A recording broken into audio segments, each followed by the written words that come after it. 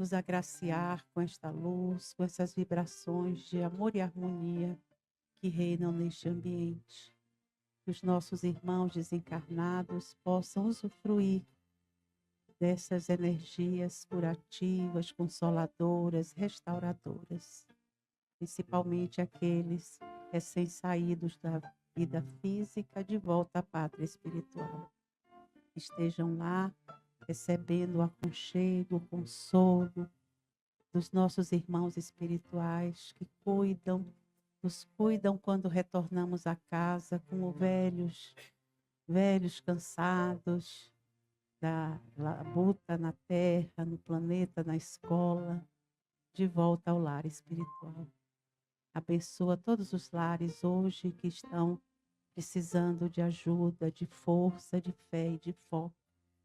Ilumina com a tua sabedoria divina, nossa querida Lina, que com tanto carinho veio nos trazer esse tema memorável. Dai-nos a tua paz, Mestre, o teu amor incondicional. Dai-nos a tua luz, hoje, agora e sempre. Que assim seja. Boa noite a todos. Dona Lina, por favor. Hoje o pastor e as ovelhas, só para nós. Poxa vida, as ovelhinhas aqui esperando. Boa noite a todos, boa noite aos que nos acompanham aí pela internet. Eh, Hoje a gente vai dividir com vocês um estudo, e eu queria contar para vocês, por que que eu vou começar pelo final, mas, é uma figura, uma foto que eu tirei, vocês vão ver lá no último slide. Mas uma foto que eu tirei no museu lá do Vaticano. E é assim, é uma estátua, né, de Jesus carregando uma ovelha, vocês vão ver no final, eu trouxe a foto para vocês. Os direitos autorais são meus, né, então posso dividir. E quando eu vi essa estátua, assim, é uma coisa que me encanta, essa coisa do nenhuma ovelha será deixada para trás, né, nenhuma ovelha será perdida, e sempre foi uma coisa que me encantou no evangelho. Então, pensando sobre o pastor, que é essa imagem que Jesus nos traz, né, mas que nos textos bíblicos a gente vai ver em vários contextos. Então são pessoas que cuidam de um rebanho, especialmente ovelhas, e se vocês imaginem que há 2000 anos atrás, a maioria das pessoas eram pastores, né, tinham suas ovelhas, eram agricultores, eram os que estudavam a lei, mas se a gente for ver o Velho Testamento, e o Ayrton está aí, qualquer coisa que vocês queiram perguntar, saber sobre isso, vocês falem com ele, mas, né, a gente vai ver que foram vários livros escritos por essas pessoas, que criavam animais, que viviam na natureza, que enxergavam nas estrelas o evangelho, o Deus, e trazia essas histórias para a gente. Hoje, um pastor, mais comumente chamado, é um ministro de uma igreja, né. Podia ser também um governante espiritual, ou o guia de um povo, uma nação ou de toda a humanidade. Também no Salmo de Davi, quando ele fala: "O Senhor é meu pastor", né, como essa noção de Deus, o criador supremo. E do latim, pastor, e também eles, com esse Páscoa aí, a mesma raiz de apacentar. Então, apacenta as minhas ovelhas, pastoreia as minhas ovelhas. Agora, o interessante do apacentar também vocês lembram daquela passagem de Pedro, não é? Que Pedro nega Jesus 3 vezes e Jesus volta para ele e fala: "Pedro, tu me amas?" "Sim, sim, mestre." "Então apacenta as minhas ovelhas." Não é assim? Mas Jesus estava falando com Pedro naquele momento, mas ele estava falando com todos nós hoje, não é mesmo? Essas palavras. Eh, então a gente vai no correr aqui da carruagem, a gente vai voltar para isso. Quando a gente apacenta, aquele que apacenta, ele não só carrega as ovelhas para o pasto e larga elas lá, né? Aquele que apacenta, ele vai lá, ele verifica se está tudo bem no pasto, verifica se não há nenhum perigo, verifica que se aquilo ali é um lugar bom para as suas ovelhas e, oferece esse alimento. Mas no nosso caso não é só um alimento do pasto, não é mesmo? Nós estamos aqui nos alimentando espiritualmente, certo? Então esse pastor também traz esse alimento espiritual para a gente. E o mestre dos mestres, né? Quanto não nos alimenta até hoje. Tem esse sentido de doutrinar, de apacentar os demônios. E as ovelhas? As ovelhas são animais domesticados há milênios. Na minha pesquisa fala ali mais de 11 mil anos. Já existe na história que 11 mil anos atrás se utilizavam das ovelhas para a lã, tosqueado todos os anos, para conseguir a lã, para o couro e para a comida. Né? Então vejam que para a gente ter essa coisa em mente. Membros de uma igreja, paróquia ou diocese, sentido de ovelhas, né? As minhas ovelhas não se perderão. Um povo, uma nação, a humanidade. Agora, fui lá ver quais são as características de ovelha, né? Por que Jesus chamou a gente de ovelha? Primeiro, ovelha é um animal gregário. Vive tudo em floquinhos, assim, né? Um rebanho todo juntinho. Elas são meio medrosinhas, então elas não ficam saindo. Os cabritos, já viram? Os cabritos saem pulando, saem pulando pelos montes, as ovelhas tendem a ficar mais juntinhas.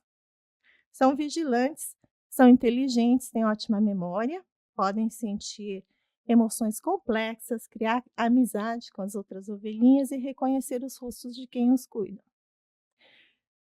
E são capazes de tudo isso. E eu fiquei pensando assim, quando Jesus nos compara a essas ovelhas, não é?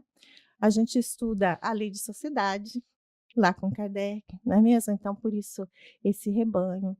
E a gente estuda a questão da obediência à lei divina, né? Seja feita a vossa vontade, não a minha. Inteligentes no sentido de se reconhecerem e reconhecerem aqueles que os seus pastores, né? Os seus guias, os seus modelos. Quanto tempo de evolução que isso levou em termos de ser humanos, né? Nós agora ovelhas, seres humanos, neste rebanho que o mestre guia. Quanto tempo nos leva para nos reconhecermos irmãos dentro de um mesmo rebanho, filhos do mesmo pai, do mesmo Criador? E quanto tempo nos leva para criar laços de amizade, de amor e de reconhecermos uns nos outros? Quantas encarnações, quantos milênios? Né? A gente passou aqui, nós estamos chegando no final do mês de comemoração de 22 anos do centro. 7 anos atrás, quando a gente fez esse filme, filme institucional, que a gente passou no domingo, quem estava aqui viu, eu comentei lá que eu acho que quando eu cheguei aqui, eu senti assim, que era um reencontro de almas. Né? Eu acho que muita gente que chegou, muita gente que vem aqui, sente isso também. Mas esse reencontro, eu acho que a gente sente isso, não só aqui, mas no nosso dia a dia, no nosso viver. Né? E muitas vezes, esse reencontro, por estarmos ainda num momento evolutivo bastante, não vou dizer iniciante, mas ainda a passos, né? A passos ainda de criança, é muito natural que a gente encontre muitos desafetos, não é mesmo? Então, esses reencontros não são sempre agradáveis, não são sempre felizes, não são sempre aqueles que a gente gosta. Mas se a gente entender que nós estamos nesse passo, não é, de fomos criados assim, simples e ignorantes, estamos nesse processo de aprendizado, estamos nesse processo de compreensão, quanto mais rápido nós conscientemente nos dedicarmos a esse reconhecimento, né, a reconhecermos uns aos outros como filhos do mesmo pai, parte da mesma família, mais rápido a gente vai conseguir se situar nesse rebanho, não é mesmo? Agora, uma coisa interessante que a gente vai ver aqui. Quando a gente pensa em pastor, para mim vem Davi na cabeça, eu não sei vocês. Mas Davi era aquele menino que lutou contra Golias, lembram? Era pastor, ele era o filho mais novo de 8, imagine, né, na minha casa somos 4, já era difícil, imagina 8. Ele foi escolhido pelo pai para ser o pastor, cuidava das ovelhas da casa, mas ele também gostava, tocava harpa muito bem, cantava, escrevia e foi o autor de vários dos salmos, a grande maioria. Ali em Samuel, ele vai dizer assim, lá na história de Davi e Golias, no momento em que Davi decide que ele vai enfrentar Golias. O Reino Unido de Israel estava sendo atacado pelos filisteus e Golias era um gigante, né? Na época era considerado o gigante, e ele ofereceu ali, falou: quem vier aqui lutar comigo e ganhar, nós nos entregamos. Mas se perder, serão nossos escravos, certo? Aí esse menino, garoto ainda, nos seus 15, 16 anos, não tinha idade ainda para entrar para ser militar. 3 irmãos mais velhos dele já estavam lutando junto com Samuel. O pai manda ele levar comida, ele saber ter notícias dos irmãos, e ele chega lá na linha de fronte e vai perguntar o que está acontecendo e quem é esse, né, como é que esse gigante Golias se atreve a desafiar o reino de Israel. E Samuel diz assim, o rei Samuel diz assim, olha, rei Saul, perdão, diz assim: você é só um garoto, como é que você nunca lutou no exército, nunca fez parte do exército, como é que você acha que vai conseguir matar esse gigante? E Davi responde assim: teu servo apacentava as ovelhas de seu pai, e sempre que via um leão ou um urso e tomava um cordeiro, eu saía após ele e o matava.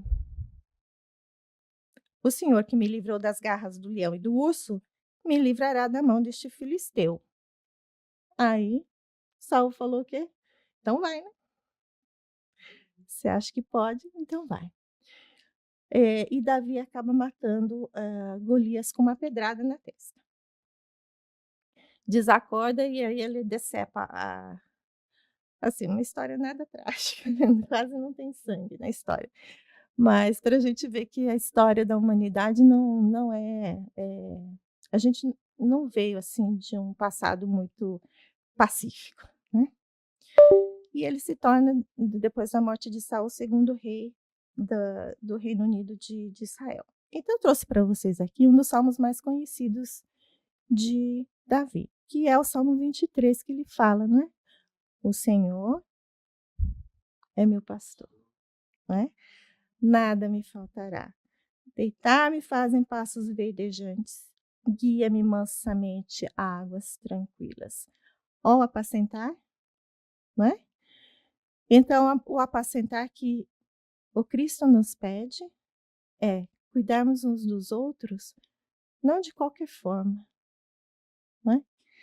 Não é a gente pegar a pessoa pela mão e falar assim, ó, tá aqui, agora se vira. Não? Refrigera a minha alma, então estamos falando de um cuidado espiritual, né? Davi já falava da alma. Guia-me nas veredas da justiça, por amor do seu homem, do seu nome.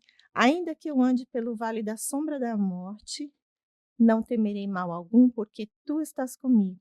A tua vara e teu cajado me consolam. Agora presta atenção. A tua vara e o teu cajado, né? A vara serve para quê? Para dar na cabeça do leão e do urso. E o cajado?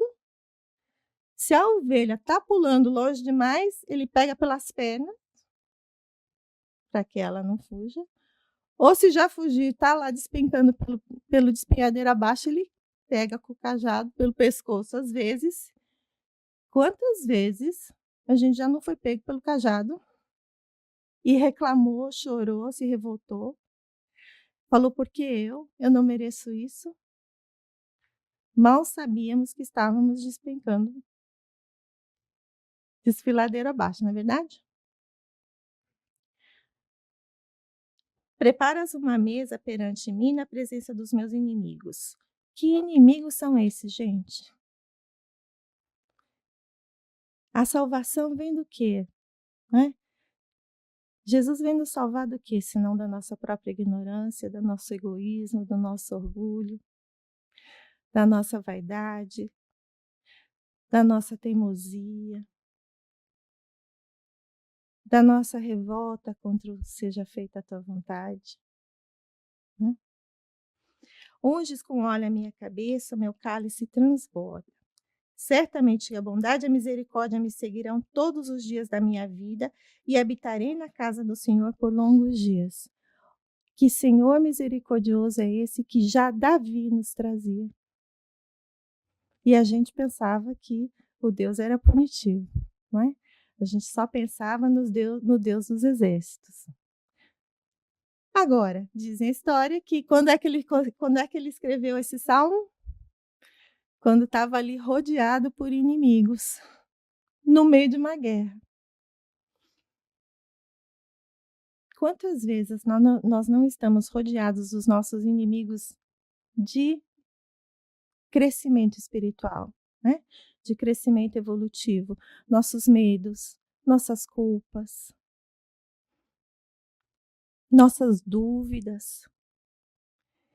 E nós não nos deixamos, nós nos esquecemos disso, né? Nós nos deixamos levar pela tristeza, nós nos deixamos levar pela melancolia, pela depressão, pela raiva, pela ira.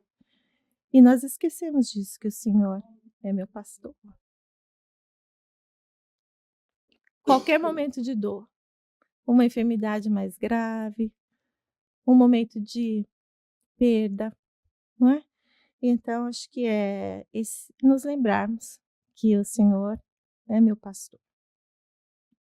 E no momento de dor, de perseguição, Ele está sempre junto.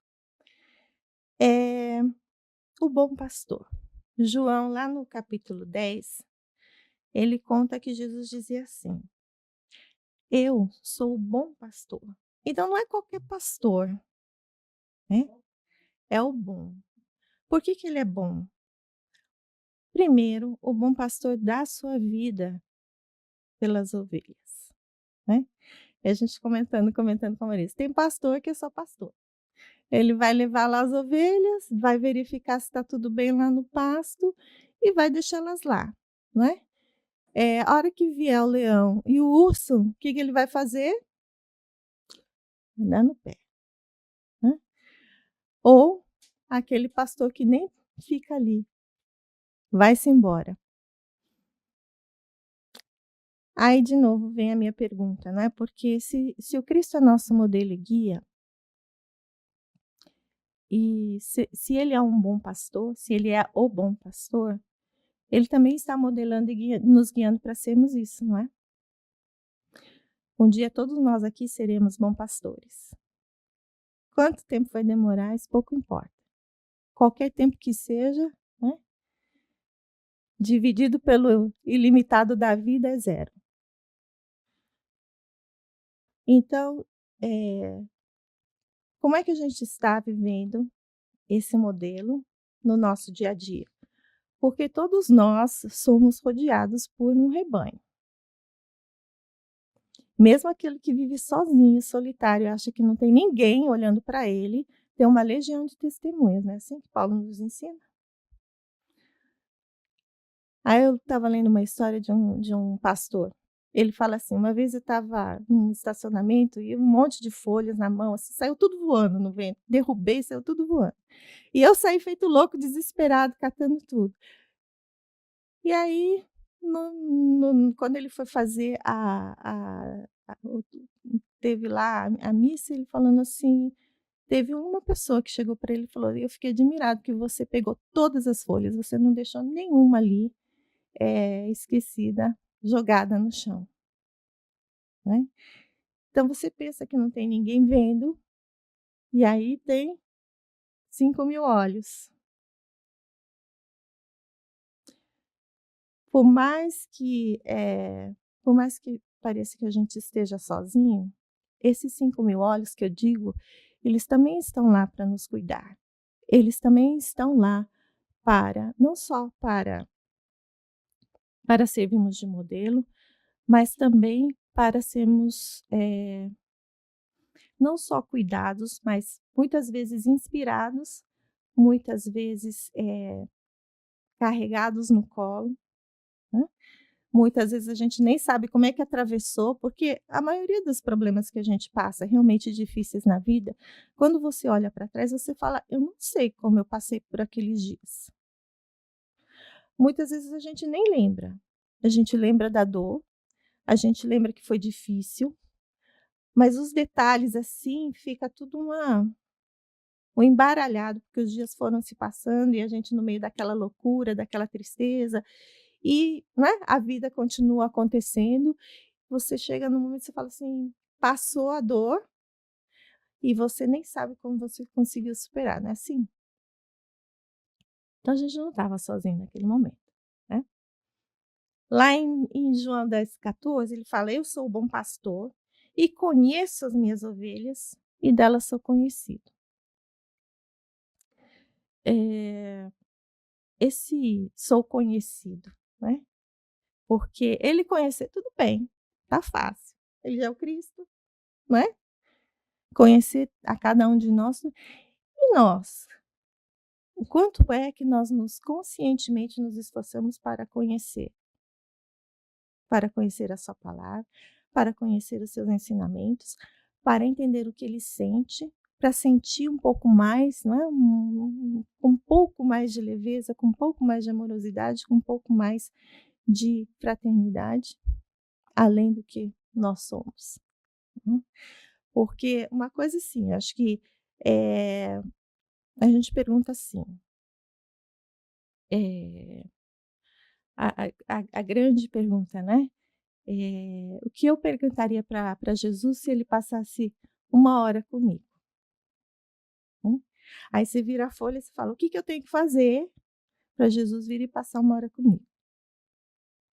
Que pessoa que eu tenho que ser para que ele se dedique a passar 5 minutos comigo?", né. Porque Kardec tinha a cada, né, cada mês 15 minutos.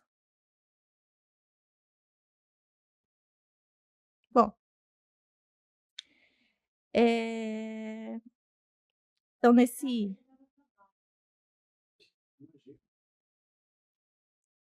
Kardec dava trabalho, hã, ele perguntava, ele queria saber, né. A gente já pede, já: "Faça aí para mim, resolve meu problema e que tá tudo fica susse, né, fica todo mundo susse". Mas nesse contexto que, o Cristo nos fala, assim, certamente nesse contexto de governador espiritual do planeta, né. Ele não está falando de um grupo de Israel, ele não está falando de uma religião cristã, porque não existia nem existia na época, ele não está falando de uma nação, né, ele está falando de todos nós. Somos por ele conhecidos e aqui fazemos o nosso esforço para conhecê-lo. Bom, aí eu fui procurar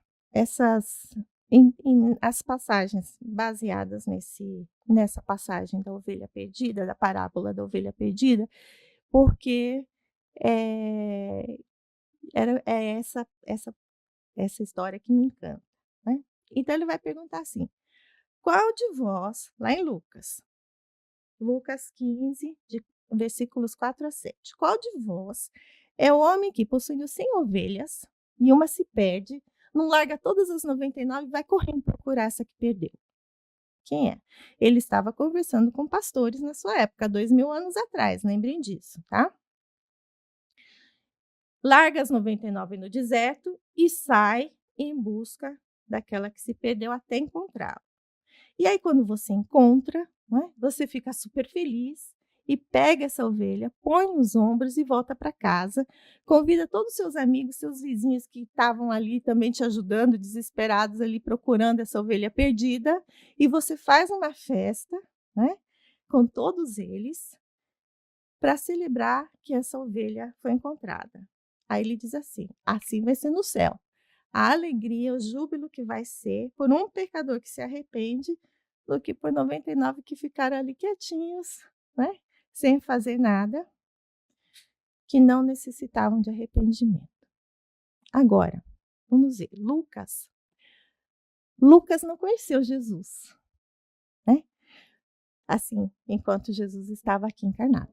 Lucas foi conhecer o evangelho de Jesus através de Paulo, lá em Antioquia, quando Paulo ficava lá no fundo da igreja de Antioquia, conversando com todo mundo, e ele era um tecelão, e ele tinha uma tenda em que ele ficava lá tecendo os tapetes. E Lucas sentava ali para conversar com ele, para entender melhor, para conhecer melhor esse evangelho.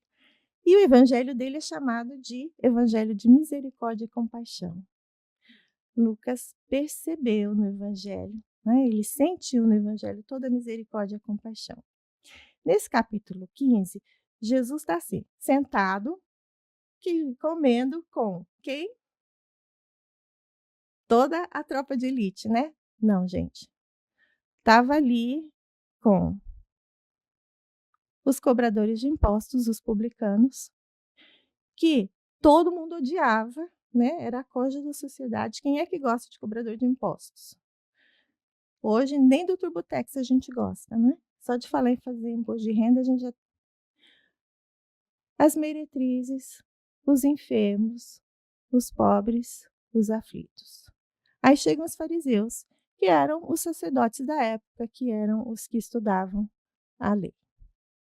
Chegam eles e dizem assim: comilão, bêbado, sentado comendo com esse povo. Né? Agora, Jesus veio para quem? Ele disse: eu vim para os que precisam, não é de mim. Os que precisam de consolo, os que precisam de conforto. Quem são? Não precisa de médico, né? E nesse momento ele vai contar essas parábolas da ovelha perdida, da dracma perdida e do filho pródigo. Os perdidos e os achados. Né? A ovelha que se perdeu, o pastor vai atrás e traz de volta para casa. A dracma era a moedinha, né? A mulher perde uma dracma dentro de casa e ela não vai ter dúvida nenhuma. Ela vai parar tudo, vai acender todas as luzes do velador, todos os veladores, vai varrer a casa inteira até encontrar a dracma perdida. E o filho pródigo. Né? Dá para perceber nisso, nessas três parábolas, um crescendo, não é verdade? Chega o pastor, que pega aquela ovelha que ainda não sabe de nada, não entende nada, simples e ignorante, e traz para casa, por muito amar.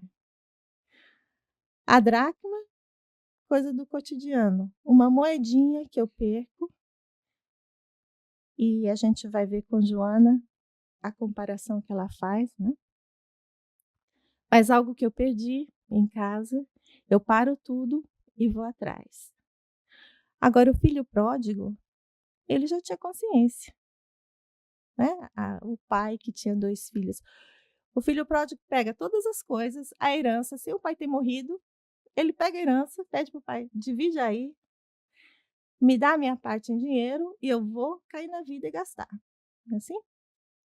Gasta tudo, chega num ponto em que nem comida tinha, comia a comida dos porcos e ele lembra, e aí de repente ele lembra: "Nossa, na casa do meu pai, nenhum servo come comida dos porcos.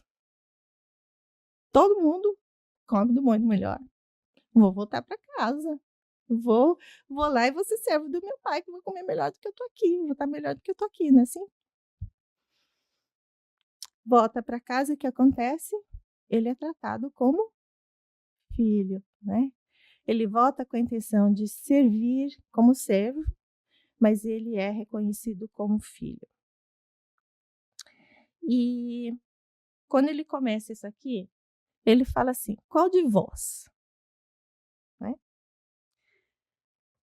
mostrando aqui que todos os seres humanos sentem essas angústias. Todos nós perdemos coisas, pessoas, situações, trabalho, perdemos a juventude, perdemos a cabeça, perdemos a saúde, perdemos a paciência, perdemos a nossa paz, não é?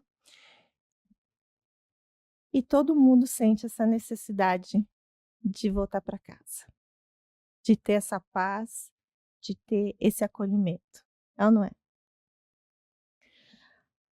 Eh, não importa, não importa se a gente, eh, o que a gente tem no plano material, não importa as nossas carências, não é? Todo mundo aqui, tem esses recursos na tanto no emocional, quanto no moral, que no momento de necessidade nós todos recebemos, né, não é cobrado.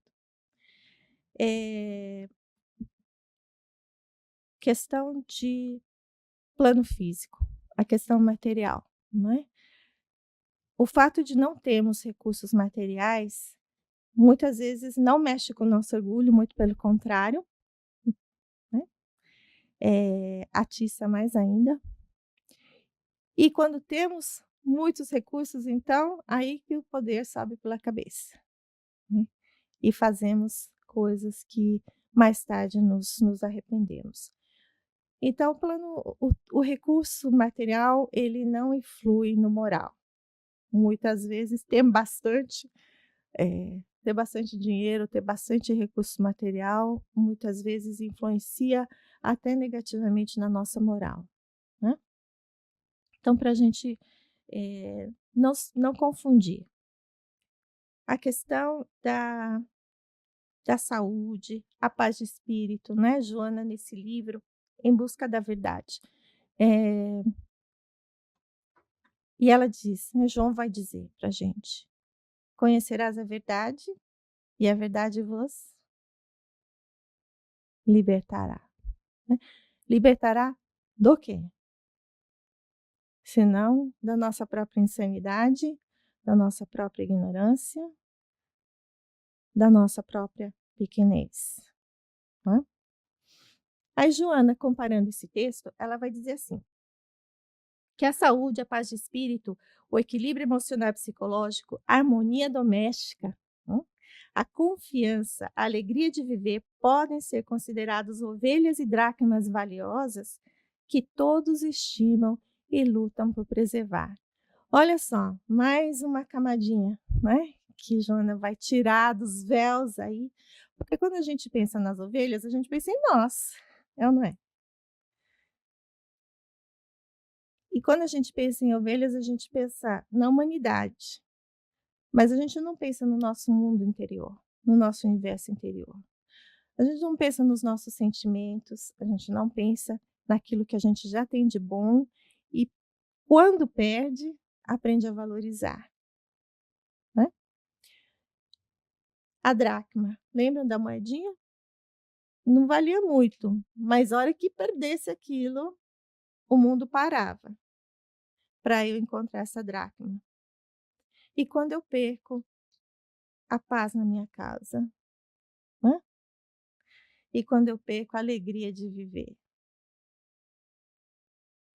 e quando eu perco a saúde. Se não for caso de vida e morte, esquece que eu não vou parar o meu dia a dia, não vou parar de trabalhar, não vou parar de continuar, né? Porque as minhas dívidas são mais importantes do que a minha saúde. Até a saúde ficar tão ruim que eu acabo tendo que gastar mais com a saúde do que eu consigo fazer. Assim?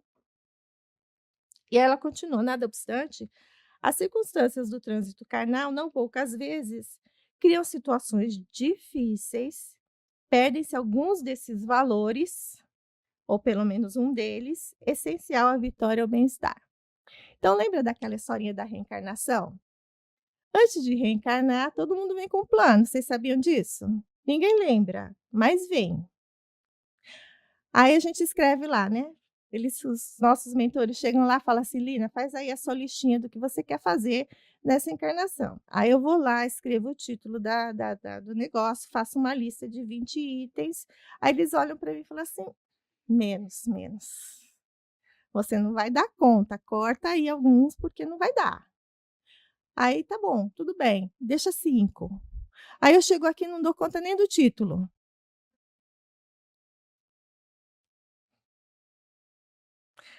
Vai lá, você vai ter 4 irmãs, você vai ter que fazer as pazes com elas. Ah, Isabela. Lá no Encanto, para quem não conhece, tá. Fazer as pazes com a minha irmã, nesta encarnação, não vai dar, sua espírita vai ficar para a próxima. Eu sei que tenho infinitas, fica para a próxima. Mal sabe Lina que a próxima vez que vai conseguir encontrar com essa irmã, só Deus sabe. E olha a oportunidade que Lina perdeu. Bom, aí não parei, né, não parei a encarnação para cuidar desse valor. Passou. É sábio quem, não considerando os outros tesouros, empenha-se por buscar o que foi perdido, lutando com tenacidade até encontrá-lo, e ao tê-lo novamente, quanto júbilo invade. Sabe aquela sensação assim de quando você faz as pazes? Né? Quando a gente liga para a pessoa e fala assim: "Poxa, perdoa aí, vai, foi mal". E a gente não pode nem dizer que não pode ligar para outro lado, né? Porque a gente acredita que a vida continua, o espírito, a gente acredita na comunicabilidade dos espíritos, a gente não pode dizer: "Morreu, não posso mais falar, não posso mais consertar essa situação". Não podemos mais, né. Bom, ela diz assim: "Todos os indivíduos conduzem no inconsciente individual a sua criança ferida". Olha lá a psicologia, né, que ela vai trazer pra gente. Todo mundo tem uma criança em si que sofreu traumas, que teve mal-entendidos, que não conheceu os pais, que os pais não cuidaram do jeito que a gente queria. Gente, agora que a gente é adulto, não tem nenhuma criança aqui, né. Agora que nós somos adultos, problema é nosso, né. Os nossos pais deram o melhor que eles podiam. Se não for o suficiente pra gente, e gente, nunca vai ser. Nunca vai ser suficiente, por quê? Por causa da lei de progresso, né. Cada um vai chegar melhor do que a geração anterior, tem que ser, senão não melhora. Lembra lá do exército que Kardec nos compara? Ele fala assim: "Imagina um grande exército, que os soldados são todos maus, mas aí você vai trocando, um dia você troca um, outro dia você troca outro, você não vai ver uma alteração muito grande no exército de imediato, mas na hora que você trocar, né, 30%, 40%, você vai ver uma grande mudança". Então os nossos pais, por essa lógica, nunca poderiam nos dar tudo que a gente queria. ou achava que merecia, ou achava que precisava. Então chegou o momento de cada um, né, pegar a sua cama e cuidar do seu problema. Então não é? Não é culpa deles, nunca foi. Nunca foi um problema de culpa, mas sempre foi responsabilidade nossa, né, de cuidarmos de nós mesmos. Cuida dessa criança magoada, porque ela muitas vezes entrava o adulto no seu crescimento, na sua evolução. É ou não é? E fico aqui pensando: "Nossa, né, na morte da bezerra, como é que podia ter sido minha vida se meus pais tivessem". Não foi, já nem estão mais aqui, então, o que é que eu vou fazer com o que eu tenho hoje para fazer melhor um amanhã, né? E ela vai dizer assim: "Essa criança é a ovelha perdida no deserto, ou é a dracma perdida no meio da sala. Para a sua vida e vai varrer todas as poeiras, todas as sujeiras que estão ali te desequilibrando, desarmonizando, causando uma enfermidade, não é? Causando uma depressão, um problema psicológico, uma obsessão. Trabalha consigo mesmo, mas peça ajuda, sabendo que você não está sozinho, né? Sabendo que existe recurso médico, sabendo que existe recursos psicológicos, sabendo que existe um recurso psiquiátrico, sabendo que existe uma casa espírita que faz tratamento espiritual, né? Sabendo que não estamos sós. Mas, se a gente nunca tiver consciência dessa criança ferida, se a gente não tomar consciência dessa criança ferida, a gente vai continuar levando essa vida do mesmo jeito que está, né. Eh, Mediante a reflexão e a psicoterapia equilibrada, a criança ferida libera o adulto encarcerado que não se pode desenvolver, e ocorre essa integração entre a sombra e o ego. Interessante, né.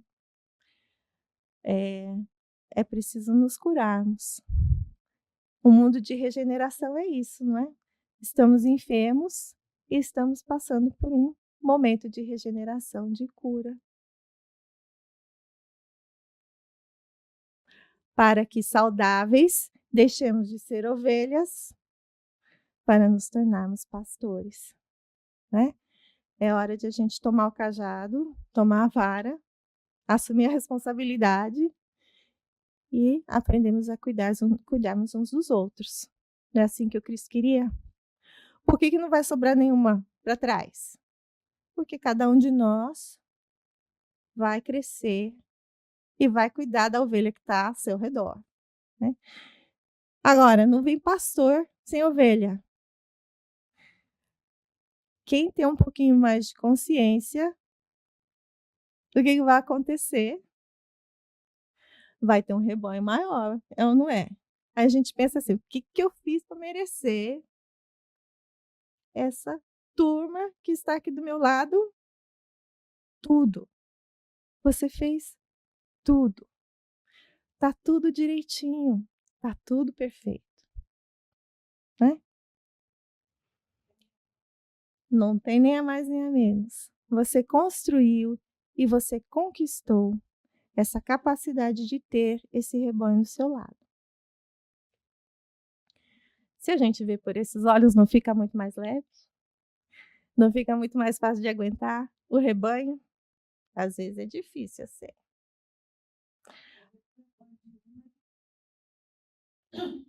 não é? A gente não dá conta do nosso próprio, né, com a gente mesmo. Eu, o rebanho Lina, não dou conta de. Bom, as experiências de aprendizagem, que ampliam a capacidade interior do discernimento e do conhecimento, constituem afluentes que favorecem o crescimento individual do ser humano à medida que surgem o quê? Coisa boa, tudo fácil. Não. Dificuldades e problemas que não podem parar o fluxo. Lembra do que a gente sempre fala aqui nas aulas? Você está aprendendo lá no prezinho o quê? A somar, né? Primeiro contar. Está aprendendo os números. 1, 2, 3, 4. Aí você aprende a somar, né. Aí você vai chegar no high school, você vai estar fazendo equação, é ou não é? Quem vai querer chegar no high school e continuar aprendendo 1, 2, 3, 4? A vida é assim. A complexidade dos problemas, quanto mais a gente aprende, quanto mais experiências a gente tem, vai ficando maior, é ou não é? A qualidade do seu rebanho vai ficando cada vez mais difícil de acordo com a sua capacidade de lidar com ele, de lidar com as dificuldades. Para quem não sabe, não vai vir coisa difícil, né. Só que a gente já saiu do prezinho faz muito tempo.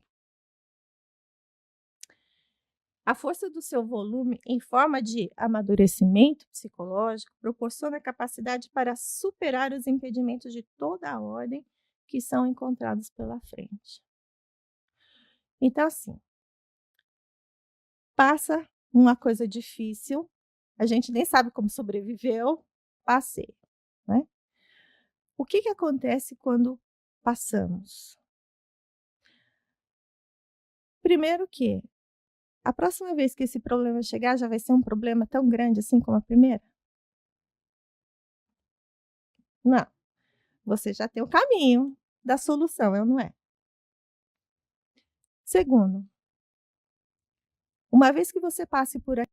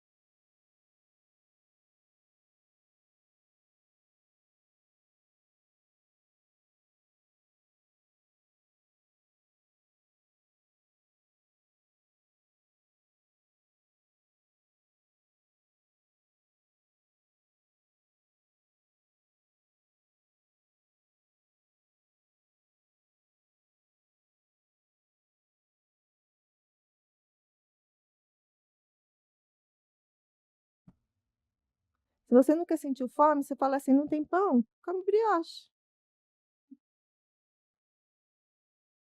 a famosa rainha. Aí ela diz assim: "Toda ascensão exige sacrifício". Agora, o que que é um sacrifício? É matar a ovelha lá? É jogar o é queimar o, né, oferecer a pomba, a ovelha, um boi? É isso que Deus quer da gente? Tem que sacrificar o quê?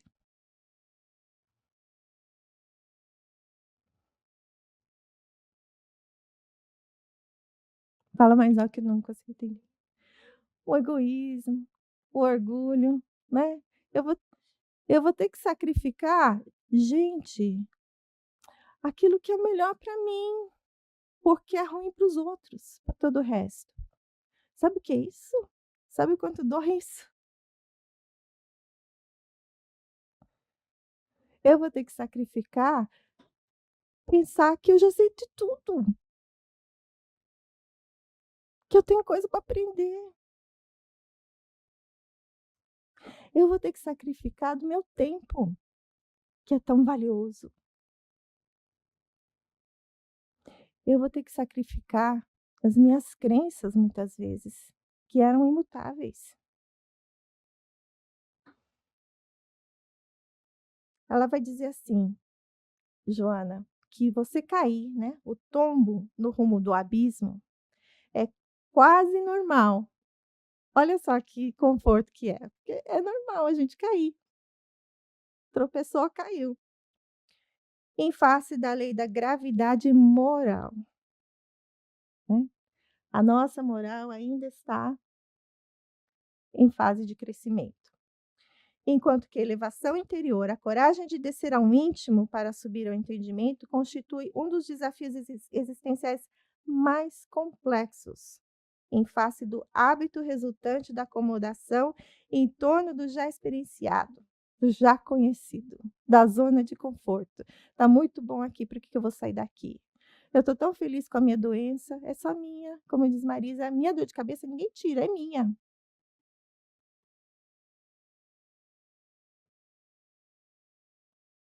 Vou ter que sacrificá-la também, né. Eh,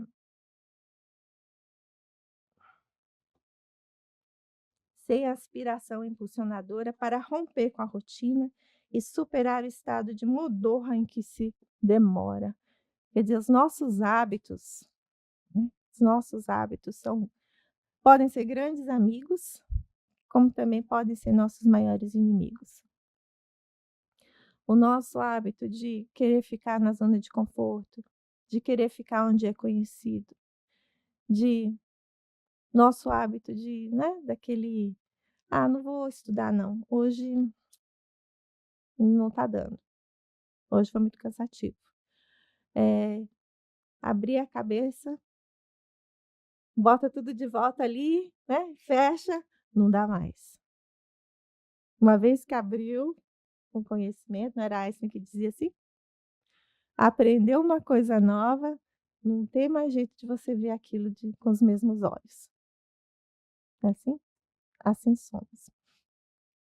Então, era isso que eu queria trazer para vocês, era esse estudo que eu queria trazer para vocês. Aprofundar um pouquinho mais a questão das ovelhas perdidas, né, que sim, somos nós que muitas vezes nos perdemos e vem alguém lá com o cajado e pega a gente pelo pescoço, mas também são as nossas ovelhas perdidas internamente, né.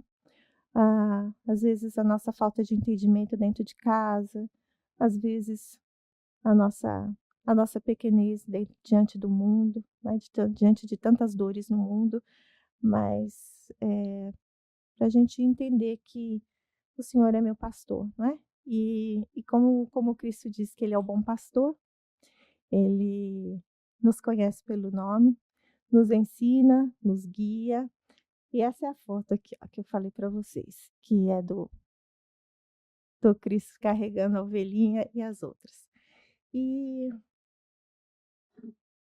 então eu queria que vocês saíssem daqui com essa mensagem, né, que, tem momentos mais difíceis que ele nos carrega no colo, sempre, sempre, mas constantemente ele nos pede esse crescer, esse nos envolvermos, esse nos importarmos uns com os outros, porque é assim que a gente vai se reconhecendo, né, e na estrada da vida nos amando mais. Muito obrigada pela atenção.